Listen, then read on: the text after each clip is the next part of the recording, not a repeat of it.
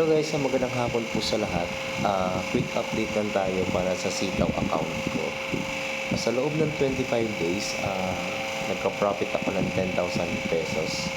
Ganun siya kabilis, no? Bali, total ng capital ko dito is 99,200 pesos po. And then, evaluation na bukas, processing rate ko this month 74.46, and then naka-BE mode ako para hindi na pasukan ng orders. Ang pending orders ko ngayon 47 orders yung pending ko. Ipapakita ko lang din sa inyo yung wallet ko.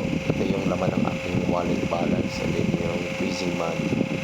Sa lahat ng mga kababayan natin na gustong mag-seller kay Sitaw, pwede kayong mag-drop ng comment para matulungan ko kayo. And then, yun lang sa ngayon. Medyo busy pa kasi sa trabaho. Sa susunod, ayusin ko na yung mga video ko. Pagagandahin ko lalo. Ngayon, busy pa kasi kaya wala pang time. Kaya quick update lang muna tayo. Maraming salamat po at huwag niyong kalimutan mag-subscribe and then mag-like sa mga video ko.